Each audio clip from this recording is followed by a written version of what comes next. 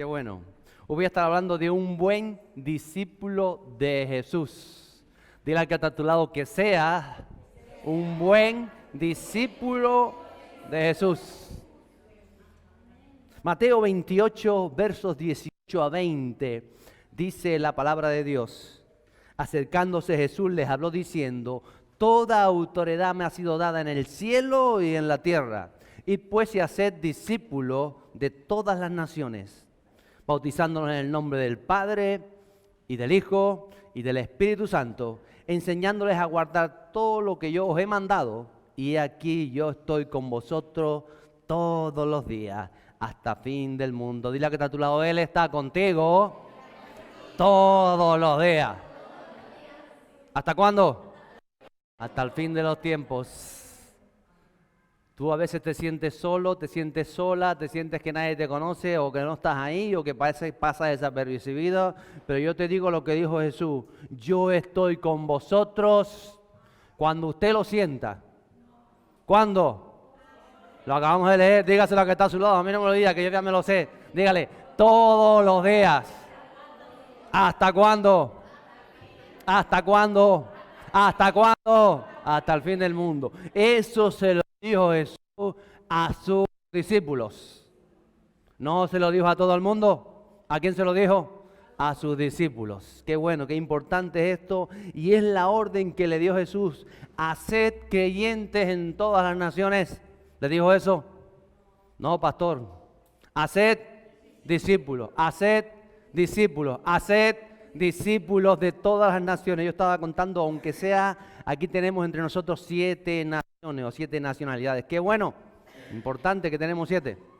De términos generales, a veces hay más.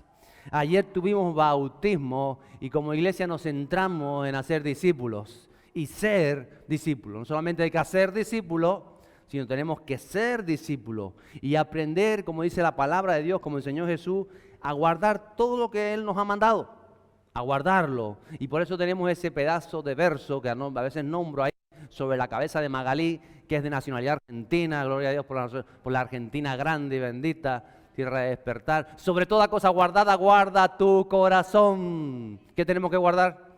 La cartera. ¿Qué tenemos que guardar? A la esposa. ¿Qué tenemos que guardar? El corazón sobre toda cosa guardada. Guardar el corazón y ser sinceros. Y creo que para guardar de nuestro corazón tenemos que ir a la palabra de Dios, porque es la que, como digo yo muchas veces, es el espejo que habla y revela nuestro corazón. Y por supuesto el Espíritu Santo. Entonces tenemos que mirar con sinceridad la palabra de Dios. Ya lo diría David con estas palabras, el rey David en el Salmo 139, versos 22 y 23. Que dice lo siguiente: escudriñame, le dijo David a Dios: oh Dios, y conoce mi corazón. Le dice: pruébame y conoce mis inquietudes. Otros traducen mis pensamientos. Y ve si hay en mí camino malo y guíame en el camino eterno. En otras palabras, el mismo David, cada uno de nosotros tenemos que decirle al Señor, porque a veces nos creemos muy buenos o muy justos o muy correctos, pero el mismo David le dice: no, escudriñame tú, oh Señor, y que por tu palabra y por tu espíritu me hagas ver a mí lo que hay en mi corazón, por si hay cosas que no son correctas, y yo creo que sí, que tú las reveles a mi vida y que me ayudes a dejarlas a un lado, que me ayudes en mi camino para que podamos caminar ese camino correcto, ¿verdad? Qué importante es entender esto. Dice que en la palabra de Dios muchos trataron de ser discípulos de Jesús, pero no lo lograron. No lo consiguieron porque su corazón anhelaba otras cosas. Mantenían tantas cosas adentro que no permitieron que el Espíritu Santo consumara esa obra maravillosa.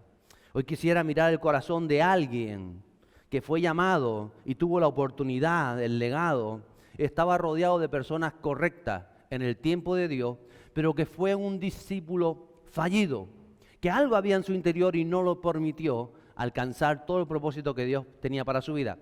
Y quisiera leer este texto en el segundo libro de los Reyes, capítulo 5, versos 13 a 27, que es una historia conocida, alguna vez hemos hablado de ella. La historia de Naamán, el leproso, ¿recuerda? Aquel general sirio. Vamos a partir del verso 13, dice lo siguiente: pero sus siervos se le acercaron y le hablaron diciendo a Naamán: Padre mío, si el profeta te hubiera dicho que hicieras alguna gran cosa, ¿no lo hubieras hecho? ¿Cuánto más cuando te dice lávate y quedarás limpio? Entonces él bajó y se sumergió 7 veces en el Jordán, conforme a la palabra del hombre de Dios, y su carne se volvió como la carne de un niño pequeño y quedó limpio.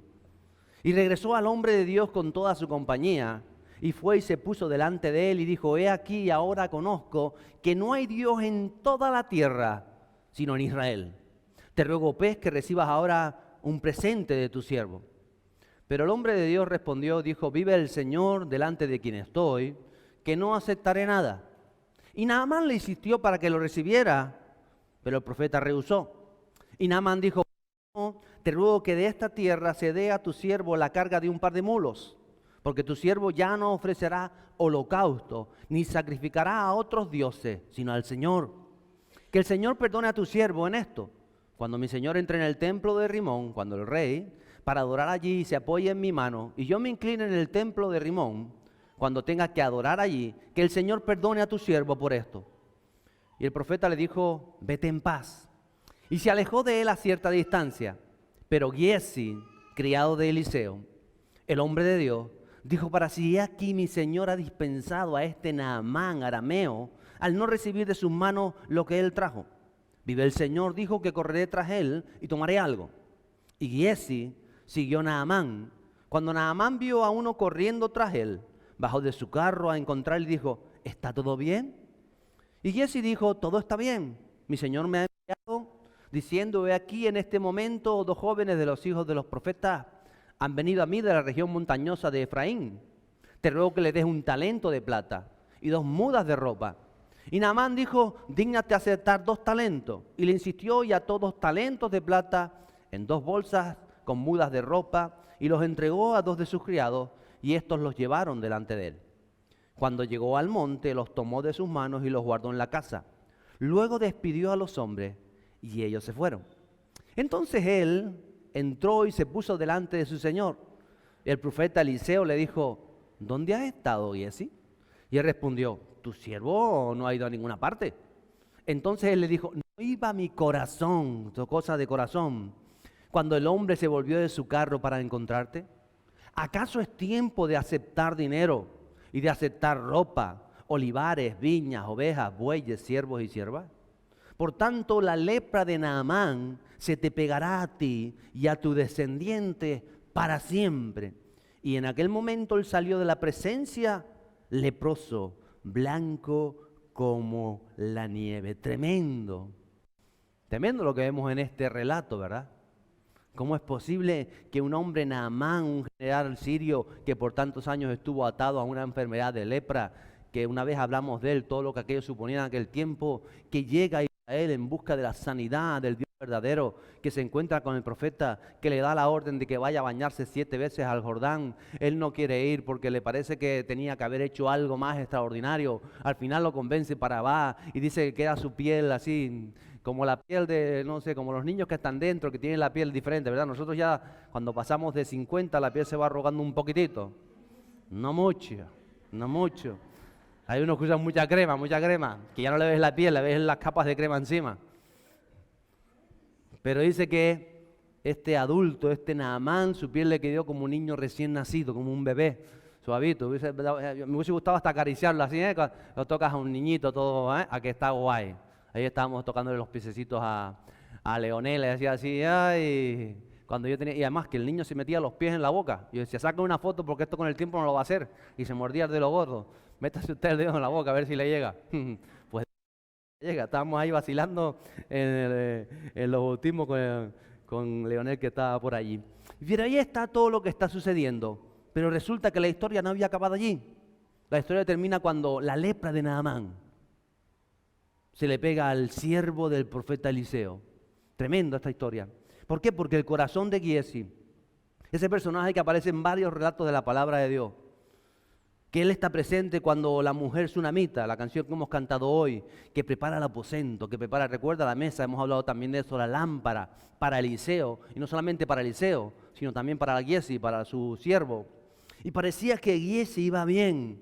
Giesi estaba siendo usado por Dios para traer milagros a las personas. Fue quien le dijo a Eliseo la necesidad de aquella mujer. Le digo, esta mujer no tiene hijos, quizás tú puedas orar y que ella engendre. O sea, que era alguien que era usado por Dios de alguna manera, Giesi. Pero vemos que el corazón de Giesi parece que su posición se le subió a la cabeza junto al profeta. Y vemos detalles en la vida de Giesi, ya de antes de que sucediera esto, que se le pegara la letra, de antes están pasando cosas en su vida y revelan su corazón. Es un discípulo fallido, porque se manifiesta en aquello que experimentamos dentro o que sale de dentro. Por eso nosotros tenemos que conocer nuestro corazón a la luz de la palabra y que el Espíritu Santo lo revele y decirle, revela mi corazón para que en aquellas cosas que mi corazón se está perturbando, se está saliendo del propósito divino, pueda trabajar en ellas, pueda gestionarlas, pueda sanar para que las cosas se realicen conforme a tú quieres en mi vida. Y el primer detalle que veo en este discípulo fallido en Giesi se encuentra en el capítulo justo anterior, precisamente cuando hablábamos de la tsunamita, Segunda de Reyes 4:27. Dice que cuando aquella mujer que se le había muerto su hijo, joven, cuando ella llegó al monte, al hombre de Dios, dice que se asió de sus pies, se tiró al suelo y le agarró los pies, y Giesi se acercó para apartarla. Se imagina a Giesi tirando de aquella mujer para separarla del profeta de Dios. Pero el hombre de Dios dijo, déjala. Diga conmigo, déjala. Porque su alma está angustiada y el Señor me lo ha ocultado y no me lo ha revelado. Primer detalle en la vida de Giesi, en un discípulo que no llega a desarrollar su potencial y que se pierde en el camino, un discípulo fallido, es el rechazo a las personas. Mire, las personas son más importantes que los dones que podamos tener. Las personas son más importantes que la posición, aunque el protocolo, que la fama. Las personas son más importantes que el orden. ¿Lo entiende? Son más importantes las personas que cualquier cosa en este mundo, porque Jesús vino a morir por las personas, por las almas. No vino a morir por un protocolo, ni por el orden, ni por esto, ni por las estrategias o las maneras de hacer las cosas. No, Él vino a morir por personas. ¿Cierto? Vale más un alma que 7 mundos, dice en algún lugar de la palabra. Ahí está. Recuerde cuando Jesús lo tenía claro en su ministerio y Él nos enseña cuando se acercaban las personas necesitadas. ¿Se acuerda el ciego Bartimeo? Cuando a las afueras de Jericó se puso a gritar, ¡Hijo de David! Gritando como un berraco, ¡ten misericordia de mí! Porque estaba ciego y no podía ir hasta donde estaba él. Y aquello era una multitud que entraba y él no tenía quien lo ayudara. Y él se puso a gritar y le decían, cállate, cállate, que estás haciendo aquí un espectáculo. ¿Qué desorden es esto? Tú gritando aquí como un loco. Cállese, cállese. Pero Jesús, que estaba a lo lejos, lo escuchó y dijo, ¡ah, no! Tráigamelo. Tráigamelo. Porque Él quiere ver y va a ver el día de hoy. ¿Entiende lo que estoy diciendo? También vemos, por ejemplo, aquella mujer del flujo de sangre que se atreve a atravesar la multitud y tocar el manto de Jesús.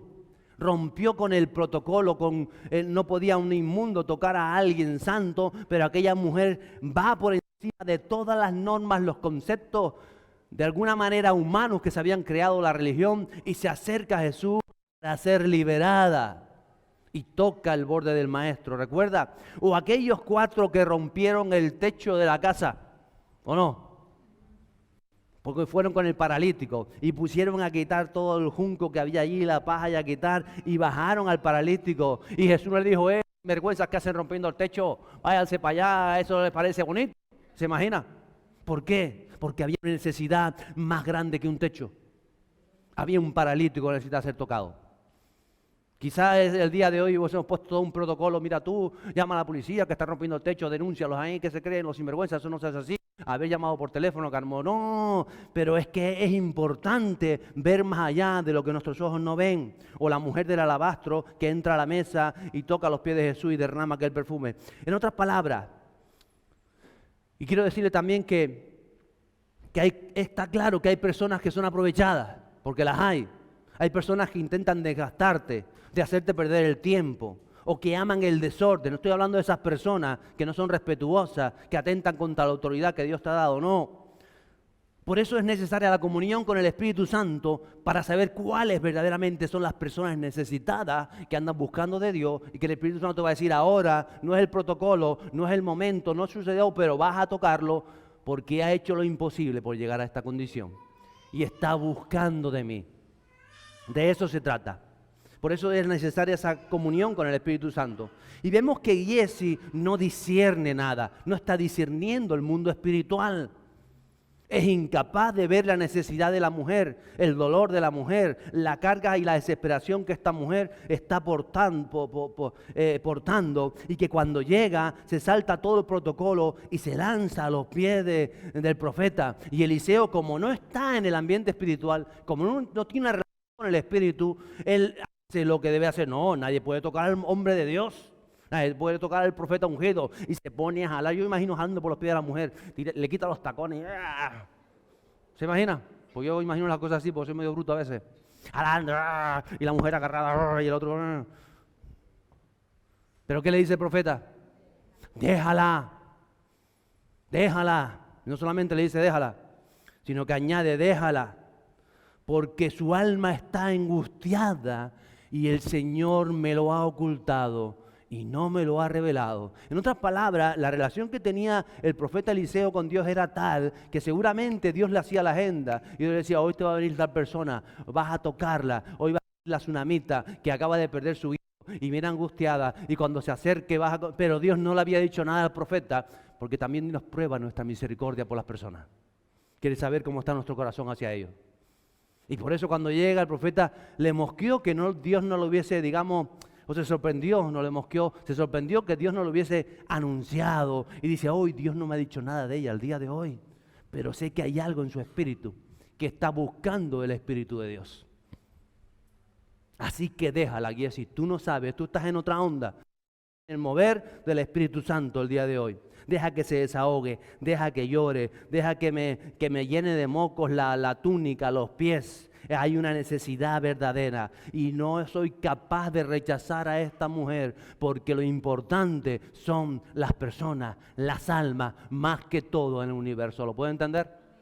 Y tenemos que entender, dar un aplauso a él, que lo importante son las personas. Gracias, Espíritu Santo.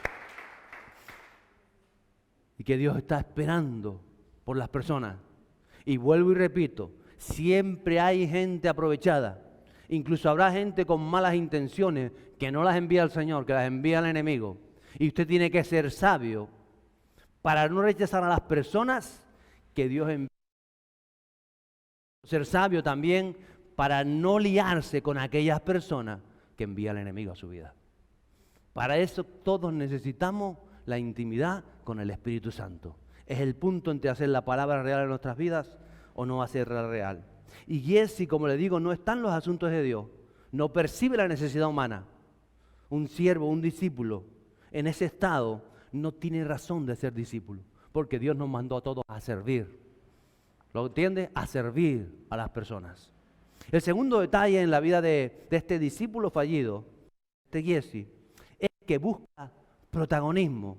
Segunda de Reyes, también el capítulo 4, dentro del contexto de la tsunamita, verso 31, dice que Giezi se adelantó a ellos y puso el báculo sobre el rostro del niño, mas no hubo voz ni reacción. Así que volvió para encontrarlo y le dijo, el niño no ha despertado, el niño había muerto.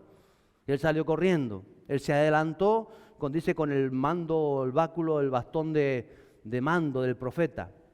Él se había ido delante de ellos corriendo, no escuchó ni la mujer, no esperó al momento oportuno, ni acompañó al profeta Eliseo. Parece que de alguna manera veo que Giezi quería ser el protagonista, quería alimentar su ego, quería destacar. Y esto es algo que he visto tanto en el caminar cristiano y tanto discípulo fallido, porque su intención verdadera es destacar ellos mismos. Y de alguna manera lo veo en esas personas que tienen complejos de inferioridad, que se sienten tan inferiores y que llegan a la iglesia y que creen que ahora pueden alimentar esos complejos. En vez de trabajar en ellos y ser sanados, lo que intentan es llenar esos complejos de inferioridad o de superioridad con el protagonismo. Esas ansias que tiene la gente de ser alguien, de ser importante, de ser el más ungido o el más cristiano. Porque si a aquel le permiten hacer aquello, o aquel hace eso, yo me considero mejor, porque yo valgo más, porque soy más guapo, porque llevo más tiempo. Y se adelantan buscando su propio éxito, y lo hacen en el nombre de Dios. Ahí está Giezi. Si Dios no te promociona, si Él no te posiciona, no te promociones tú. No busques tú el ser honrado. En otras palabras, dice la palabra, que no busques tu propia honra, sino que sea Dios el que te honre. Qué importante es entender esto. No caigas en la astucia del enemigo, en el plan que ya ideó en tiempos de Adán y Eva, con medias verdades. No te adelante. Déjate tratar por el Espíritu Santo. Déjate formar como un verdadero discípulo de parte de Dios. No exijas, no pongas condiciones. No seas, pues yo esto, yo lo otro. No. Jesús no lo hizo así. Un discípulo de Jesús nunca, jamás busca protagonismo. Eso lo hacen los discípulos del enemigo o los discípulos fallidos. El discípulo de Cristo no busca protagonismo en su vida, ni trata de ser importante delante de los demás. Y siempre les digo yo que los grandes en el reino de los cielos suelen pasar desapercibidos. Son los que vencen en el campo, en la batalla, en la intercesión. Los grandes avivamientos de la iglesia a lo largo de todos los tiempos fueron casi todos por mujeres intercesoras que estuvieron clamando y abriendo puertas en el mundo espiritual para que el Evangelio y el Espíritu Santo se derramara. Ellos eran los grandes y son los grandes, que no están escritos en los libros, pero que están escritos en grande sus nombres en el reino de los cielos. ¿Lo pueden entender? Tienes que formarte. No hay que ser el centro, ni tenemos que buscarlo ser los guay de la película, sino todo lo contrario. Dice la palabra de Dios que al espíritu humilde, contrito, humillado, verán la presencia de Dios. Ser humilde. ¿Cuánto nos cuesta ser humilde? Y como Jesse, él trata de adelantarse al Maestro, adelantarse al Espíritu Santo. Nosotros tenemos que saber que conocemos y que servimos a Jesús. Y que tenemos que seguir el mover del Espíritu Santo. Porque el Espíritu Santo no sigue nuestro mover. Nosotros seguimos el mover del Espíritu Santo. El tercer detalle que veo en un discípulo fallido en la vida de Jesse, que ya venía de atrás, es que actúa a escondidas. Sabe que tiene cosas que debe ocultar en su vida. Piensa importante, son decisiones que va tomando, pero que lo hace a escondidas del profeta, a escondidas de Eliseo. Toma decisiones ajenas y contrarias a los planes de Dios para su vida, pero parece que no le diera importancia. Dice que aún lo justifica. Dice que él dice, vive el Señor que correré tras Naamán, tras este sirio, este hombre, y tomaré algo, porque él vino cargado de tesoros. Pero el profeta no quiso tomar nada. Pero yo voy a pedirle algo. Él añade, mi Señor me ha enviado, le dice a Naamán cuando lo encuentra en el camino, mi Señor me ha enviado, diciendo, he aquí 2 jóvenes de los hijos de los profetas, han venido a mí de la región de Efraín. Te ruego que le des un talento de plata, estos son unos 33 kilos de plata, y 2 mudas de ropa, 2 túnicas de terciopelo, imagino, de seda importante, de en aquel tiempo, algo muy valioso. Y se inventa una historia, porque Jesse piensa que tiene que aprovechar el momento, que puede sacar ventaja o beneficio de lo que Dios está haciendo, un beneficio egoísta para sí mismo. Y Jesse no es que tenga necesidad de ropa buena o de dinero, pero simplemente quizá quiere algo más en su vida. Tiene ilusión, quizá necesita un coche, un trabajo, una casa, o necesita compañía, o amigos, o satisfacer sueños en su vida, o cualquier necesidad. Y actúa ajeno o paralelo a la voluntad de Dios, fuera de su voluntad. Y cree que no va a pasar nada, que tampoco es para tanto. Dice, total, a Naamán no le supone ningún costo. Es más, Naamán seguramente se va a sentir realizado, contento, que al final pudo dejar algo, nos pudo dar algo. O sea, que va a ser bueno para Naamán, va a ser bueno para mí, y va a ser bueno para todo el mundo. Porque tampoco está mal si el hombre quiso dejarme una recompensa, un regalo, y él lo rechazó, ¿verdad? Entonces empezamos a maquinar en nuestra mente cosas que nada tienen que ver con la palabra que había sido dada por el profeta, por la palabra de Dios. Y a veces nos enrollamos en estas cosas en la vida. Y por eso actúa a escondidas y disimula cuando llega el profeta.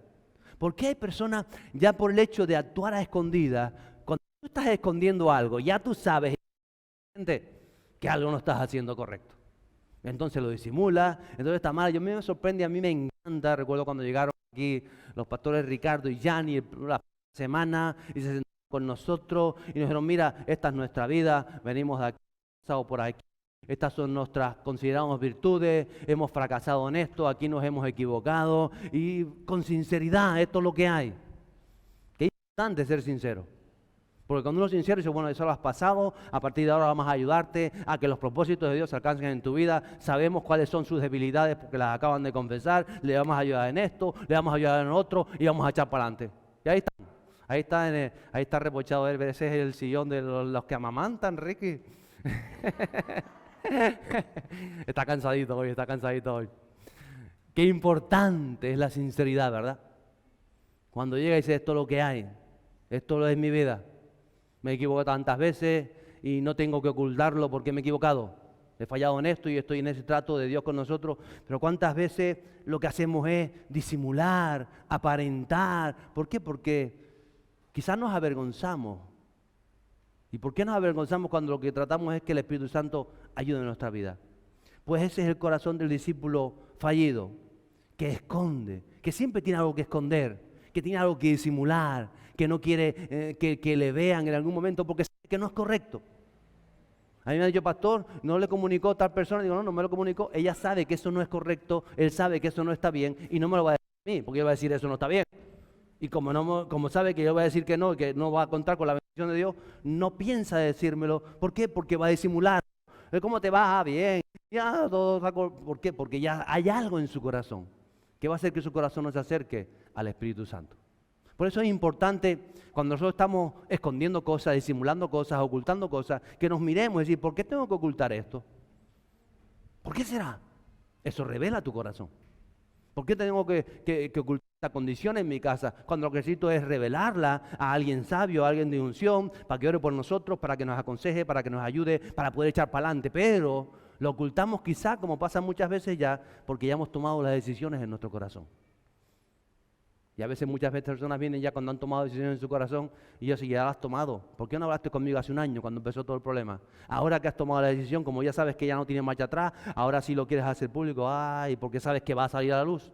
Es como cuando el que está embarazado, que no quiere decir que está embarazado, se te va a ver, ¿o no? El primer mes no, y el segundo no, y el tercero quizá tampoco, y el cuarto puedes simularlo, y el quinto todavía te pones ropa larga, pero ya el séptimo... Ah, imposible, no hay nada que hacer. Y si vienes gemelos, más. ¿Entiendes lo que le digo? Pero ya que todo el mundo te dice, ahora sí, ahora voy a declarar. ¿Qué vas a declarar?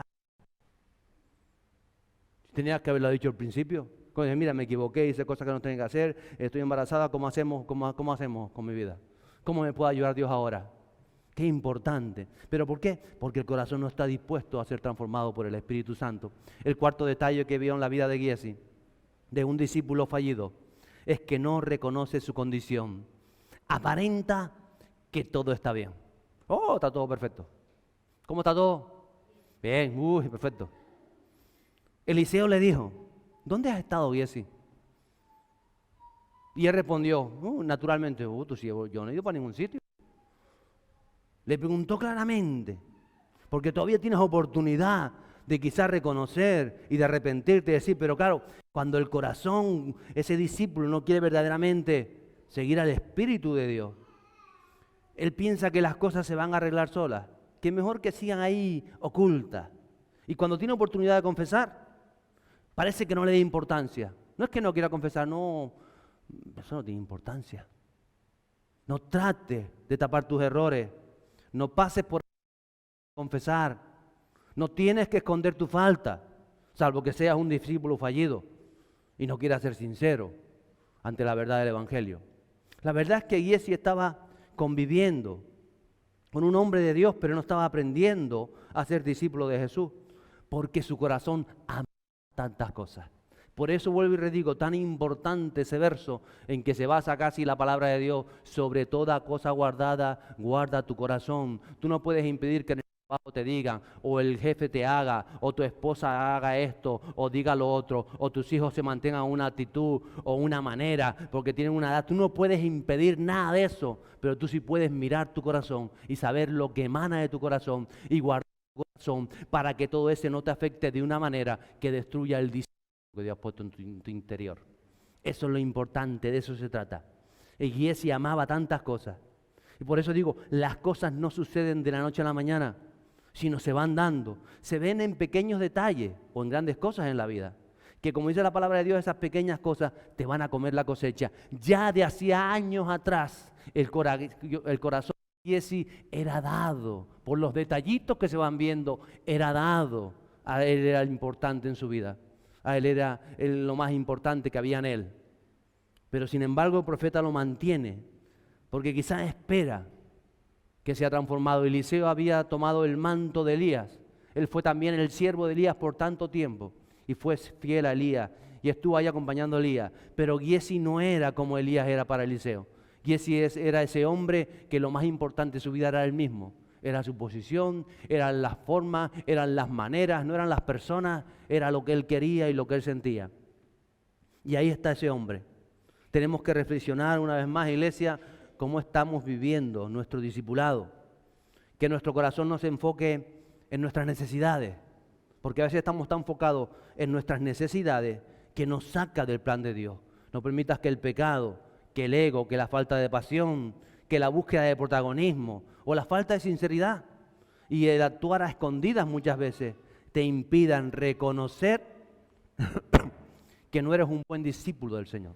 Porque el Señor quiere hacer de nosotros grandes discípulos, hermosos discípulos. Jesús hubo un momento de su ministerio donde muchos de sus discípulos le abandonaron. El capítulo 6 de Juan, versos 66 y 68, dice que en una ocasión, en medio de su ministerio popular de Jesús, como resultado de esto, muchos de sus discípulos, ya eran discípulos de Jesús, se apartaron y ya no andaban con el Maestro, ya no andaban con Cristo. Verso 67, entonces Jesús dijo a los 12, ¿acaso queréis vosotros iros también? ¿A quién se lo dijo? ¿A quién se lo dijo? Dios tiene que adularnos a nosotros para mantenernos en el camino. Porque nosotros por naturaleza, si tú tienes seguidores que son tuyos y tú ves que se te está acabando, ahora que pasa mucho con los partidos políticos, están todos aquellos fraccionados y demás, intenta, como se están yendo mucho, vamos a poner pañitos suaves, vamos a tratarlos con más dulzura, para que no se vayan, ay no, pero Jesús no dijo eso. Eso lo hacemos nosotros a veces por nuestra humanidad. Mira, se están yendo montones, le decían a Jesús. No sigas hablando así, Jesús. Si hablas trancado, si eres tan duro con la gente, si le estás diciendo las cosas, lo estás poniendo los puntos sobre las sillas, que por qué te siguen, que porque vienen a alimentarse, que porque comen, que porque son... No, y Jesús les dijo a ellos, ¿acaso queréis vosotros iros también? Dura palabra, ¿verdad? ¿Por qué no les digo, chicos, pero yo sé que ustedes me aman a mí? Ustedes tranquilos, ustedes son buena gente. ¿Le dijo eso? Porque no hay ninguna buena gente. Sinceramente, nadie es buena gente. Hay uno bueno, Espíritu Santo de Dios y Jesús, el que vino a nuestra vida. Pero gracias a Dios, Simón, el Simón Pedro que a veces decía patujada, como muchas veces las digo yo, y estaba ahí y era el primero que decía, verso 68, Simón Pedro le respondió, Señor, ¿a quién iremos? ¿A quién iremos? Ahora que hemos empezado y que estamos conociendo, que hemos visto que paras la tormenta, que hemos visto caminado contigo, que llenaste mis redes de peces, que no pudieron 2 barcas, que estamos viendo tus palabras, ¿a quién iremos?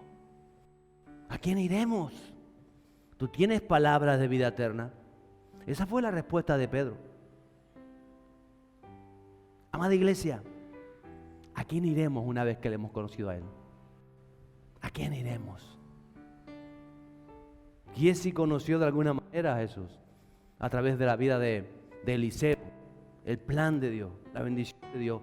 Su corazón siempre estuvo atado, siempre estuvo anhelando a cosas que no tenían que ver con el discípulo de Jesús, con el discípulo de Cristo.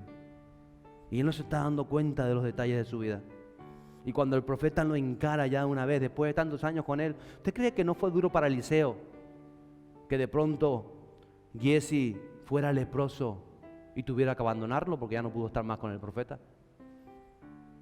¿Cuántos años con el profeta Eliseo? Pero llegó el momento donde se destapa todo lo que hay en el corazón, porque es el corazón el que marca nuestra vida. Por eso David decía Muéstrame mi corazón, Señor, para cambiar aquello que a ti no te agrada. Hay cosas en tu vida que no le agradan a Dios. Tienes que pedirle a Dios que te las muestre y ser sincero.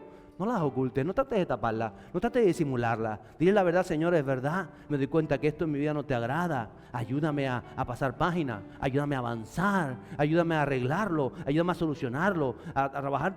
Eso todo tiene que ser desde tu corazón, al corazón de Dios, porque Él te va a ayudar. Porque Él sabe que tú y yo no somos perfectos. Él sabe que necesitamos de Dios, pero necesita que tú dejes ese paso de decir, te necesito, Señor. Ayúdame, Señor. Sé que esto no te agrada en mi vida, pero quiero que mi vida te agrade. Quiero llenarme de tu Espíritu Santo.